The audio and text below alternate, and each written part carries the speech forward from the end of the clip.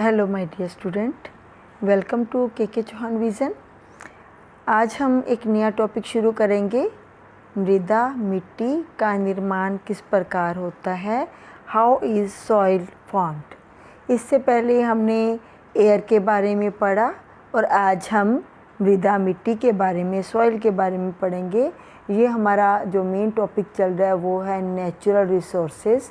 इसमें मैंने आपको बताया था कि ये प्राकृतिक जो संपदाएं हैं, नेचुरल रिसोर्सेज जो हैं, उसमें मिट्टी, हवा, पानी, ठीक है, ये सब भी आ जाते हैं, ठीक है, और इसको हम नेचुरल रिसोर्सेज कहते हैं। आज हमारा जो मेन टॉपिक चलेगा वो मृदा पर है, मिट्टी पर है। तो मृदा का निर्माण किस प्रकार होता है, how is soil formed. Soil is formed by the breaking and grinding rubbing of rocks. जो चट्टानें होती है ना बड़ी बड़ी, उनके टूटने से, उनके घिसने और पीसने से मृदा या मिट्टी का निर्माण होता है। मिट्टी के निर्माण में चट्टानों के जो छोटे छोटे टुकड़े होते हैं ना, और ताज़ी गली सड़ी पत्तियां होती हैं, जो उसमें पेड़ लगे होते हैं, पहाड़ों पे आपने देखा ना पेड़ भी लगे होते हैं। मृत जीव जंतुओं के अवशेष भी होते हैं, रेत के कण भी होते हैं। ये सभी कुछ फिर उनमें मिलता रहता है और एक अच्छी प्रकार की मृदा बन जाती है। मृदा की ऊपरी परत को बनने में कम से कम 300 से लेकर 800 वर्ष तक का समय लग जाता है। मृदा निर्माण की प्रक्रिया जो है वो सतत मीन्स कंटिन्यूसली है, ठीक है। Soil formation is a continuous process. तो ये क्वेश्चन तो आपका हो जाता है कि मृदा बनती कैसी है। मृदा जो है चट्टानों के टूटने और घिसने पीटने से मृदा का निर्माण होता है। और मृदा का जब निर्माण होता है तो चट्टानों के जो छोटे छोटे टुकड़े होते हैं, ताज़ी व गली सड़ी पत्तियां जो होती हैं, मृत जीव जंतुओं के अवशेष होते हैं और रेत के कण होते हैं, ये सभी कुछ मिलकर एक अच्छी प्रकार की मृदा बनती है। और मृदा की ऊपरी परत को बनने में कम से कम 300 से लेकर 800 वर्ष तक का समय लग सकता है, ठीक है। तो ये था हमारा एक क्वेश्चन। सेकंड क्वेश्चन आ जाता है, मृदा अपरदन क्या है, what is soil erosion. Very important question है ये वाला, ठीक है। सॉइल इरोजन क्या है, और सॉइल इरोजन को हम प्रिवेंटिव मेथड भी इसमें लिखेंगे कि कौन से तरीके हैं जिनसे हम सॉइल इरोजन को, मृदा अपरदन को रोक सकते हैं, ठीक है। तो मृदा अपरदन क्या, अभी मैंने आपको ये बताया था कि मृदा का जो अच्छा पोर्शन है उसको बनने में इतना टाइम लग जाता है। इसका मतलब बहुत इम्पॉर्टेंट है ना मृदा हमारे लिए।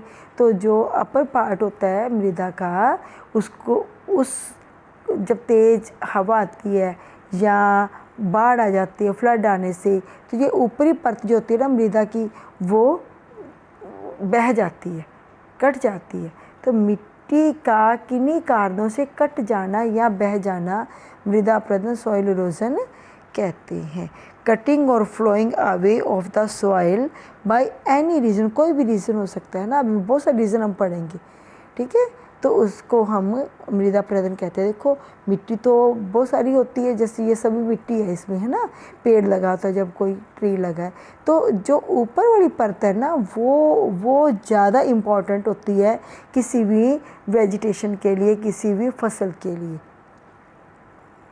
तो ऊपरी परत ही जब तेज़ बाढ़ आ जाएगी या फिर हवा आ जाती है तो उस कारण से ऊपरी परत जो वो कट जाती है या बह जाती है, उसको हम मृदा अपरदन या सॉइल इरोजन कहते हैं, ठीक है। सॉइल इरोजन कहते हैं।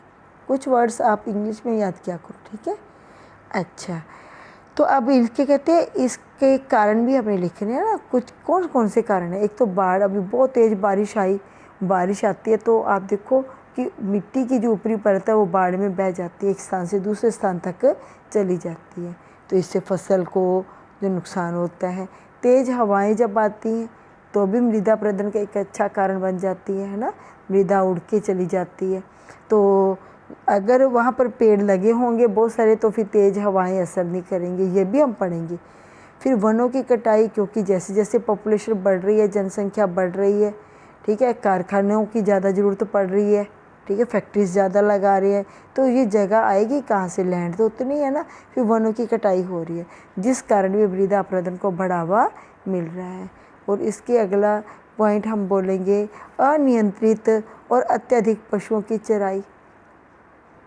अब पशु भी जब हैं एक ही जगह पर अगर चरते रहेंगे तो अनियंत्रित होगी, अत्यधिक जो चराई होगी तो उससे भी मृदा अपरदन जो है वो कारण बनता है। अनकंट्रोल्ड एंड ओवर ग्रेजिंग इसको बोलते हैं, ठीक है। वनों खेतों के अवैज्ञानिक तरीकों से, ठीक है, अनसाइंटिफिक टेक्निक्स ऑफ एग्रीकल्चर। अभी जो फसल उगा रहे हैं हम लोग, ठीक है, उसमें किसान एक ही प्रकार की फसल लगातार उगाते रहते हैं, ठीक है, जिससे उस मिट्टी की उपजाऊ शक्ति कम हो जाती है। अब उपजाऊ शक्ति कम हो जाएगी तो धीरे धीरे करके क्या होगा, वहाँ पर फसल उगनी बंद हो जाएगी और वो कारण बन गया ना, मृदा अपरदन का कारण बन जाएगा। फिर खेतों के लिए भूमि की गहरी जुताई से, ठीक है, तो खेतों जब खेती करते हैं तो उससे पहले ना जुताई की जाती है, ठीक है। इसको हम बोलते हैं जो हल चलाना होता है ना, डीपर कल्टीवेशन बोलते हैं, डीपर कल्टीवेशन ऑफ लैंड। तो जब हम डीप कल्टीवेशन करते हैं, जुताई ज़्यादा गहराई तक कर देते हैं, तो मिट्टी की जो पकड़ है, ठीक है, वो ख़त्म हो जाती है। तो मैंने कुछ कारण आपको बताए सॉइल इरोजन के। एक तो बताया मैंने फ्लड आना, बाढ़ आना, दूसरा तेज़ हवाएं, फास्ट विंड्स बोलेंगे इसको, वनों की कटाई, डिफॉरेस्टेशन बोलेंगे, अनियंत्रित तथा अत्यधिक पशुओं की चराई, अनकंट्रोल्ड एंड ओवरग्रेजिंग, एंड इसको बोलेंगे हम अनसाइंटिफिक टेक्निक्स ऑफ एग्रीकल्चर, और फिर उसको गहरी deeper cultivation of the land. तो ये कारण थे इसके जो जिससे मृदा अपरदन हो रहा है, ठीक है। अब हमने इसका प्रिवेंटिव मेथड्स सुजेस्ट करनी है कि कौन से तरीके हैं जिनसे हम मृदा अपरदन को रोक सकते हैं। जिन बच्चों को अगर ये आता है क्वेश्चन, ठीक है, मृदा अपरदन के कारण पता है, ठीक है, कारण पता है, तो उनके लिए ये लिखना मुश्किल नहीं है कि कौन से तरीके हैं जिससे हम मृदा अपरदन को रोक सकते हैं, ठीक है। तो पहला पॉइंट लिखा हुआ है घास लगाकर, तो growing grass, bye growing grass इसको बोले। आपने घास देखी होगी ना, तो घास जो होती है ना उसकी जड़ें जो होती है ऐसी होती हैं, रूट्स, ठीक है, तो ग्रास के पत्ते तो ऐसे होते हैं। जहाँ पे आप खाली लैंड देखते हैं तो वहाँ पे ग्रास लगा दो, तो ग्रास लगाई होगी तो ये अपनी रूट्स के साथ जो सॉइल होती है ना उसको क्या कर देती है, जकड़ के रखती है, होल्ड करके रखती हैं, तो उड़ने ही नहीं देती है सॉइल को, ठीक है। तो घास के पत्ते तथा जड़ें पानी की गति को कम कर देते हैं, जिससे जल जो है मिट्टी के कणों को बहाकर नहीं ले जा सकता। Leaves and roots of grass retard means रोक देना, the flow of water by which soil particles may not be flown by water. दूसरा पॉइंट इम्पॉर्टेंट है, खेत को समतल करके। कई बार आपने देखोगा ये पहाड़ है जैसे, तो अगर यहाँ पे लगाई होगी कोई फसल तो ऑब्वियसली थोड़ी सी बारिश होगी तो सॉइल बह जाएगी। पर अगर हम क्या कर सकते हैं कि इसको समतल कर लें, जितना भी एरिया समतल होता है ना तो उसको काट कर समतल करके लगाएं। समतल एरिया में पानी का बहाव कम होगा, ठीक है। तो खेत को समतल करके बाय लेवलिंग द फील्ड, ढलवा जगह को समतल करके, छोटे छोटे टुकड़ों में समतल करके खेती करने से पानी की गति कम हो जाती है, जिससे भूमि का कटाव, सॉइल इरोजन नहीं होगी। वृक्ष लगाकर ग्रोइंग ट्री, ठीक है, मैक्सिमम ट्रीज उगाएंगे, ठीक है। वृक्षों की जड़ें, अब जैसे घास की जड़ें रखती हैं वैसे वृक्षों की जड़ें भी रखेंगे। ये तो पॉइंट सेम हो गया, चाहे घास लगाओ चाहे वृक्ष लगाओ, एक ही है, एक ही तरह का आंसर है। तो इससे पानी के बहाव को रोका जा सकता है। कहते हैं ना, जिस कंट्री में बहुत सारे फॉरेस्ट होते हैं तो वहाँ पर सॉइल इरोजन भी कम होता है। क्यों? फॉरेस्ट में क्या होता है ऐसा, फॉरेस्ट में बहुत सारे ट्रीज़ होते हैं, ठीक है। और उसके बाद अगला पॉइंट आएगा खेती के उचित तरीके अपनाकर, बेटर टेक्निक्स ऑफ फार्मिंग। देखो अब ढलान की दिशा में हल ना चलाएं, ठीक है। अगर मान लो ये हमारा जो खेत है वो इस टाइप का है, तो हल हमें ऐसे ना चलाएं, ठीक है। अगर ऐसे चलाएंगे तो पानी ओब्वियसली नीचे आएगा, अगर हम ऐसे हल चलाएंगे तो पानी का फ्लो कम होगा। तो हल ना चलाएं, दाएं बाएं हल चलाने से जल की गति कम हो जाती है, जिससे मिट्टी नहीं कटती। अब बांध बनाकर नदियों पर, ढलानों पर, ठीक है, खेतों में जो पानी है उसके वेग को कम करने के लिए हम क्या कर सकते हैं, कुछ क्यारियाँ या ढलान या बांध बना सकते हैं ताकि पानी के वेग को कम किया जा सके। सीढ़ी नुमा खेत, जैसे बहुत बड़ा पहाड़ है तो उस पर हम कुछ समतल जगह कर करके तो उस पर सीढ़ी नुमा खेत बना सकते हैं।